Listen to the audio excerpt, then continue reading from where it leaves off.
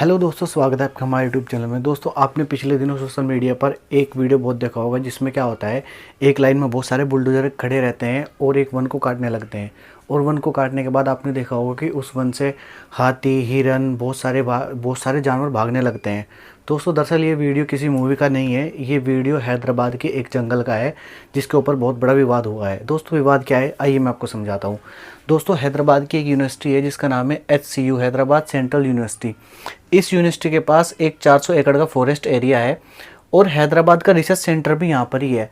और सरकार ने इसे IT पार्क के लिए नीलाम कर दिया गया है। वैसे तो IT पार्क के लिए 2012 में इसका अधिग्रहण कर लिया गया था और 2024 में इसकी नीलामी हो गई थी।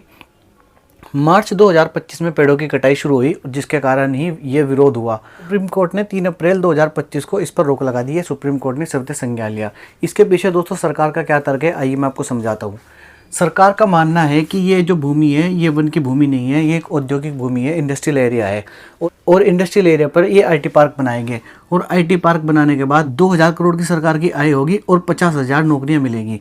लेकिन दोस्तों, समस्या कहाँ आ रही है? समस्या यहाँ आ रही है कि जब सरकार के सामने छात्र खड़े हो गए, प्रोटेस्ट करने लगे और उसके बाद समस्याओं को देखा गया। सरकार का तर्क था कि हम इस पर ज़्यादा से ज़्यादा सरकार की आय का स्रोत बनाएंगे और नौकरियां देंगे। लेकिन दोस्तों, समस्या यहाँ नहीं है। असल समस्या यहाँ पे है कि वन संरक्षण अधिनियम 1980 के तहत वनों की कटाई पर रोक लगाई गई है। वनों को आप यदि गैर वनों कार्य के लिए इस्तेमाल करते हैं, यानी आप फॉरेस्ट एरिया को अगर इंडस्ट्रियल एरिया बनाना चाहते हैं, तो इस पर लाजमी है कि आपको केंद्र सरकार की अनुमति ली जाए।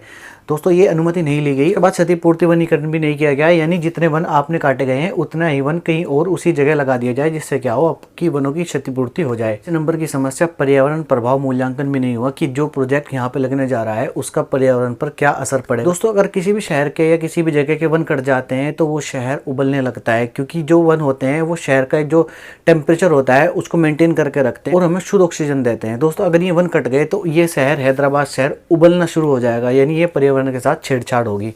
और चौथे नंबर पर स्थानीय लोगों की सलाह जरूरी होती है। दोस्तों, अगर हमें किसी फॉरेस्ट एरिया को काटकर उस पर इंडस्ट्रियल एरिया बनाना चाहते हैं तो वहाँ पर हमें स्थानीय लोगों की परमिशन लेनी बहुत जरूरी होती है। जानकारी अच्छी लगी हो तो वीडियो को लाइक कीजिए और चैनल को सब्सक्राइब कीजिए।